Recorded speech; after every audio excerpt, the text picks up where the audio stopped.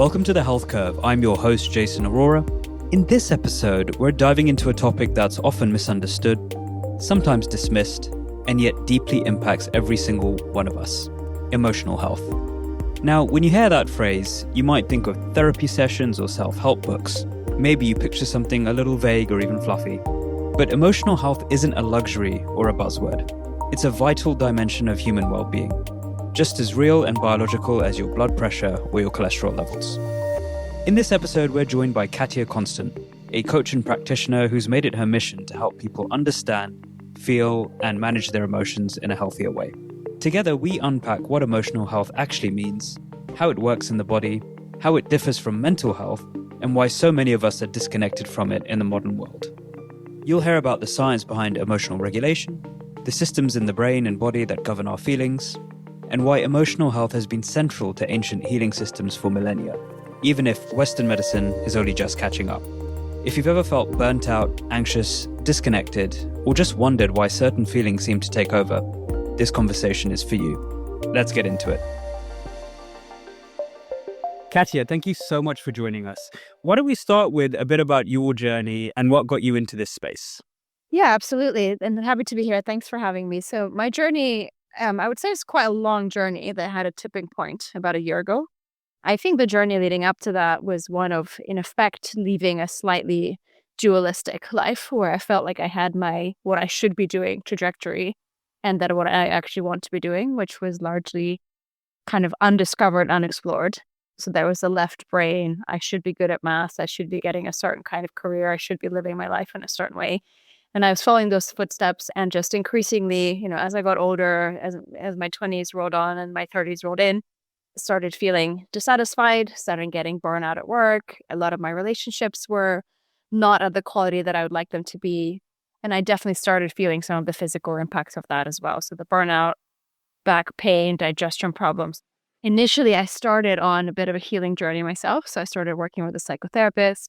I got into Buddhist meditation, started exploring some of the other healing modalities that we're going to be talking about later today. So I left my career in finance and got into the space more professionally rather than as a recipient of some of the healing benefits, and have been practicing as a coach since then. And when we talk about emotional health, what exactly are we talking about?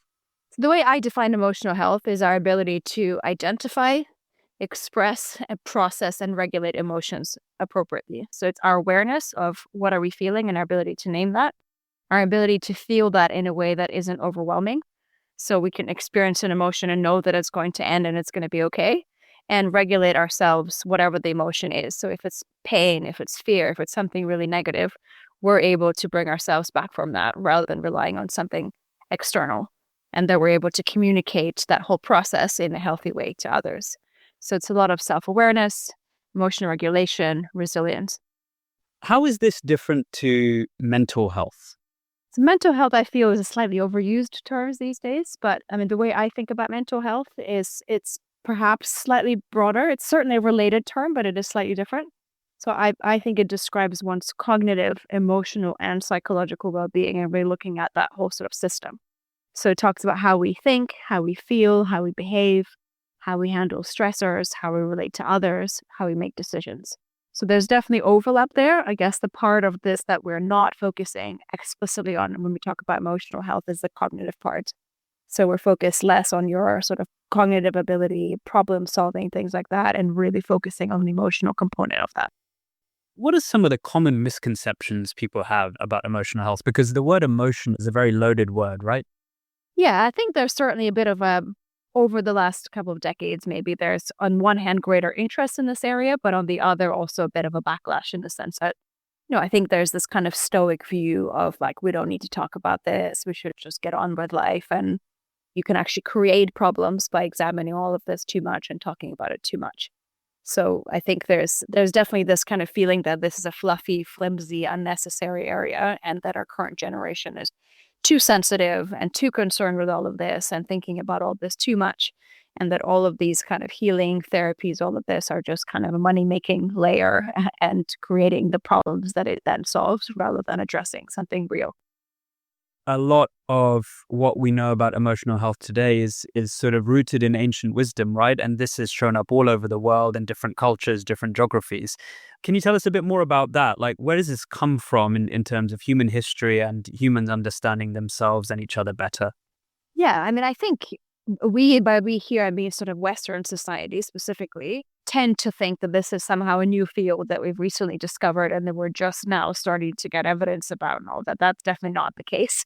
Humans, since the beginning of time, have been concerned with well-being, purpose, fulfillment, all these sorts of things.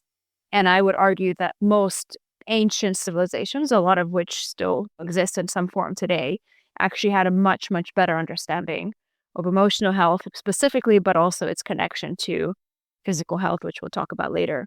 So, for example, Chinese medicine, at its very center is this concept of qi, life force.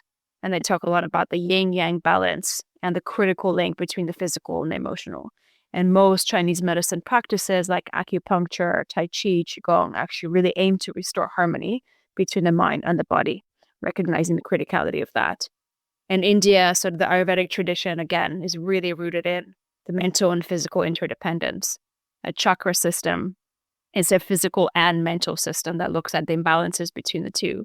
And yoga and meditation practices are very much about harmonizing mind and body. Same for Buddhism, same for a lot of other indigenous and shamanic traditions that really believe in spiritual healing, emotional healing as being the absolute focus, and the physical being almost like symptomatic or just a manifestation of some of those deep spiritual issues that we're experiencing. And I would say, all these traditions would look at our ailments and suffering as a whole at that level, and therefore any sort of remedies, treatments, etc., would be from that standpoint. Western society is the only one, I believe, that looks at these as separate, as the physical, as separate to the emotional, and is only recently starting to rediscover some of those links. And of course, ancient societies were much better at looking at human health more holistically and seeing ill health as a measure of imbalance in the body. And it took into account things like, emotional health. Whereas in modern Western medicine, we obviously look at intervention when someone gets sick and looking at what is happening in the body when the person gets sick, what happens leading up to the sickness, but in a more linear way. And Cartesian dualism refers to this philosophical concept where the physical body is governed by physical laws and the mind is immaterial and not subject to physical laws.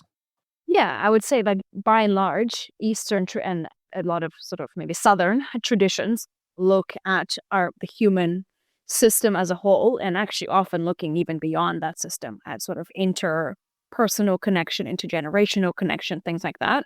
Whereas Western medicine, in part because of scientific evolution and sort of Cartesian dualism, looks very much at like each of the pieces individually. So the Western medical system is built on specialization. So each doctor looks after a separate organ and really, even at the physical level, fails to look at the interconnection between the different physical parts, let alone thinking about the connection between the physical and the other realms that we're talking about. So I think these are kind of the main influences, like this fixation on science, data, sort of laboratory-based sort of insights, specialization, reductionism to parts, dismissal of anything that's unscientific, it cannot be measured perfectly. I think that's led us to where we are. And I would also add that, the pharma industry and its development over the last several decades has also helped this trend develop, in that, pharma industry has a focus on medicating the symptoms rather than curing. The pharma industry makes money the more medicine that it sells. So it's really interested in that long-term revenue stream rather than in fixing the root cause and therefore not having medicine to sell. And I think the prominence of the pharma industry has also really directed the split over the last few decades. So this concept has clearly been around for a very long time, and it's shown up in different cultures all over the world, over the generations, and maybe in parts of society today, we've lost it a bit. Why should people care about emotional health today? Why is it an important concept, and how does it actually impact us? I think there's two reasons to care about this. One is I think there's value in it standalone. So being able to express and regulate and feel your emotions in a healthy way is a big part of our ability to enjoy life and to build relationships with other humans that we can actually enjoy and experience to the full. So before we even look at the links to the physical, I think there's a lot of value standalone in being able to express one's emotions and feel them fully. There's a lot of talk now about longevity and extending this, extending that. So I think it's kind of that perspective. So being happy and being able to feel happy has standalone value. And then the second link, which we'll spend more time on today, is that there's a very strong link between the emotional realm and the physical realm within our body. So when our ability to feel, express, and sort of deal with our emotions is not functioning well, it leads to disease, it leads to various chronic conditions, it leads to addiction, leads to all sorts of very physical issues that we are starting to really experience a lot as a society, and Western medicine is not well equipped to handle that. So I think that understanding this link actually makes us better equipped to reduce disease incidence, improve our physical health, and live longer, healthier, and happier lives. Tell us more about the biology behind this. What exactly governs our emotional health biologically? Well, so again, a lot of people think that emotion is this kind of separate, fluffy thing that happens somewhere, but an emotion is actually a biophysical process. So just to kind of follow what happens, right? It's a series of internal and external activity. So something happened externally, that external event activates a response. So for example, you see a loved one after a long time away, so something positive. Your brain then gets engaged. So the amygdala, which is your emotional processing center, rapidly assesses the situation. So it assesses, is this good, is this bad, what do I need to do, and triggers a response. The prefrontal cortex then helps to regulate and interpret those emotions, adding some degree of logic and control into that process. And finally, the hippocampus links those emotions into memories. So that's what happens in the brain. Then there's also nervous system activation. So depending on what your brain has decided this emotion is, good, bad, scary, not scary, it either activates then the sympathetic nervous system, so our fight or flight response. So if the emotion is stress related, then the body releases hormones, adrenaline and cortisol. Your heart rate increases, your breathing becomes more rapid, and you become tense. Or it activates the parasympathetic nervous system, your rest and digest system. So if the emotion is calming, so you see a puppy or you see someone you love, then the vagus nerve activates relaxation. Heart rate slows and reduces the stress hormones. Hormonal release we just talked about, so that's sort of a byproduct of what happens with the nervous system, but it's a very, very physical process that literally flows through your body. And just to kind of recap, the main hormones that we're talking about are cortisol and adrenaline. So these are your stress responses. Dopamine and serotonin. These are your pleasure and well-being hormones. And finally, oxytocin, which is sort of the love hormone. And then finally, we have sort of a physical expression and sensation. So you might have tears, you might feel kind of relief, you might feel chest tightness or butterflies in your stomach. So there's some physical kind of side of the way you actually experience those emotions. So once that all kind of flows through your body, there are kind of two options for what happens. If you process the emotions in a healthy way, so if you're sad, you cry. If you're, say, angry, you move through the anger, or you talk about it, or you and otherwise acknowledge this is happening, I'm feeling like this, and you let your body experience it fully. That whole process actually takes 90 seconds, and the emotion filters through your body, comes out, and you're done. If an emotion is suppressed, then it can actually get stored in your body, in your muscles, in your fascia, and the nervous system sort of patterns, which then contributes to tension, chronic stress, trauma, and sort of other patterns that we'll talk about later. So the key is really to allow that process to unfold in a healthy way. And you can only do that if you're comfortable feeling whatever it is that you're going to feel, the good and the bad. So there are real things happening in the body here when you experience, an environmental stimulus that creates this cascade, right, in your body where you're processing an emotion and then that emotion shows up, on the outside somehow. Tell us a bit more about how this tends to impact human beings in their day-to-day lives. It may seem obvious to some people, but I would bet that it's not. So can you tell us a bit more about that, how it impacts physical health, social bonding, all these sorts of things? Yeah. Well, first, I just want to say that kind of generally speaking, this link is very important. So it doesn't only impact us in bad ways, right? That the link between the emotional and the physical is what has helped us survive as a species. So emotions help us react, adapt, and thrive in different situations. There's a reason that they haven't been kind of evolved out of human beings and that we still have them. And so emotions are warning signs, which can alert us to kind of good and bad things. They can alert us to threats. So if we feel anxiety, fear, or disgust, for example, that it's our sort of system's way of alerting us that something is there that we should look out for. They can help us strengthen social bonds. So love and affection encourages bonding, support, protection. Guilt and shame reinforces social norms and prevents harmful behavior. Empathy and compassion promotes cooperation and trust. And finally, emotions such as joy and curiosity help us as a species adapt and innovate and actually move forward. So these are all the helpful functionings, I guess, of emotions. And again, I would also say that not all stress, for example, is bad. So there is an appropriate time to experience stress and respond to certain situations. So if there is a real threat, you should feel stressed and you should act from that place. But I think what we're trying to explore is what happens when the reaction that you have, or I guess the severity of the emotional response, and therefore the behavior that corresponds to that, is sort of misfired. So you misidentify something for a threat, which is not actually a threat. And in effect, you overuse the stress response and start to experience chronic stress. So this is I just want to frame that kind of the healthy functioning is like core to who we are. And it's really only when that processing and how you then act on those emotions, when that's not working well, that's what leads us to problems. One topic that is getting more attention today, but I would still say for most people, it's deemed a little bit kind of taboo and something that probably doesn't apply to me, is the role of trauma. So here we're really talking about various adverse, mostly childhood experiences, chronic stress, and its impact on the body. So first, I just want to qualify by saying what do we mean by trauma, and really distinguish between capital T and sort of small t trauma.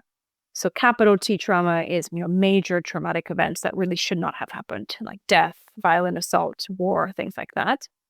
Small t trauma, which is actually what most of the time we are talking about, is really everyday stressors that can have a big effect nevertheless, either individually or cumulatively. And these are things like conflict, bullying, emotional neglect, or stress. And trauma in both of those cases is not actually the event itself. So it's not like someone died, that is the trauma. Trauma is the way that it impacts you. And specifically, trauma impacts us by limiting our response flexibility. So Gabor Mate and many other authors talk a lot about this concept of response flexibility as being almost a measure of the health of our emotional system. Do we just jump into a response, or can we appropriately assess the situation and choose the right response to it? And are we flexible in the way that we respond? Can we choose to respond sort of aggressively or calmly? What is the degree of control that we have over that? That is a really good test for how healthy our emotional regulation is. And a traumatic event restricts our ability to respond flexibly in the future. So that's what trauma is. When we talk about stress and trauma, what is the difference between the good stress that helps us grow and the bad stress that is related to trauma? In terms of good and bad stress, there is a very important survival role that stress has played for us as a species, which is it's an appropriate response to a real threat. It activates our system, it drives us to action, it makes us focus, it gives us energy. When we are, being chased by a predator, it's a very helpful response. And that is what has helped us survive. But the problem is now we have that response when we get a text message, the same degree of severity. And that's not the right use of that part of our system. And when it's overused, it leads to all sorts of chronic conditions with our immune system, with our cardiovascular system, and the list just goes on. And we'll come back to, how we can train ourselves to deal with these external stresses better, and how to deal with our emotions better. And there are lots of different tools out there for people. But, as we were discussing earlier before the podcast, this is often an invisible problem in people's lives until it shows up in some tangible way. And it can show up in broken relationships. It can show up in problems at work, but it can also show up in people's physical health. Yeah, absolutely. So I think some of the just the quick things that you can pick up on that are probably an indicator that something's not working quite right in this area are things like how well your immune system functions. So if you find yourself constantly getting ill and that you're more susceptible than others to, common cold, things like that, that you're going from one illness to another, that would definitely warrant an investigation into your emotional health, because the reality is that chronic stress, experiencing excessive anger, ultimately excessive cortisol production, suppresses your immune function. It increases inflammation, it lowers white blood cell activity. So all these things weaken your system when overused to the extent that we do that now. So if you find yourself constantly getting sick, something to look into. Another area that I think is often impacted by this is your digestion. So there's like such a high incidence now of irritable bowel syndrome, IBS, or kind of milder forms of that. Again, often a very good indicator that you have excessive stress levels and that you're not managing, or that you're getting too stressed in response to things that aren't actually that stressful, and you're not managing the stress that you are experiencing very well. So looking at, and I guess, the quality of your digestion. I think another area I personally experience is actually skeletal health. So if you experience a lot of lower back pain, quite often that's also an indicator that you're carrying excessive stress in your system that you're not releasing, because your muscles are overly tense, you're locking up in certain places, your posture is bad, you're sitting badly, and you're storing the emotions in your system in the way that's actually directly impacting physical pain that you feel. I would also look at circulation. So I, again, for a while had poor circulation. I found that really had to do with cortisol excess production and stress response over overstimulation. I'm not saying it's the only cause and it's the definitive solution, but there's definitely a link that's worth exploring. That's really interesting to hear how poor emotional health manifests itself in poor physical health. Let me ask you this. How does our emotional wiring develop? So I would say that between the ages of 0 and 7 is when we lay the foundations for how we respond to the world around us in the emotional sense, and for how healthy our ability is to process those emotions appropriately. There's sort of a few phases, I would say, between kind of 0 and 2. So when we're really babies, we tend to just kind of mirror the world around us. We have no understanding yet of our own emotions. And we are really, really closely tied to how our caregivers are reacting to things and experience their reaction almost as if it were our own. Between the age of sort of 2 and sort of 4 or 5, children become aware of their own emotions. They start to learn how to name them and experience them and process them, but they're still at that age really unable to fully self-regulate. And they still, when they experience an emotion, they think that it is forever and that it's never going to end, and they find it very overwhelming. And it's between the ages of kind of 5 and 7 onwards that children learn fully to self-regulate and to be able to have like a standalone experience of, I feel sad, it's going to be okay because my mom's going to come back, I'm okay. Well, that's absolutely fascinating how early on we start learning to regulate our emotional health. Let's change direction slightly and get into some community questions around this important topic. Are women or men better at managing their emotions, and why?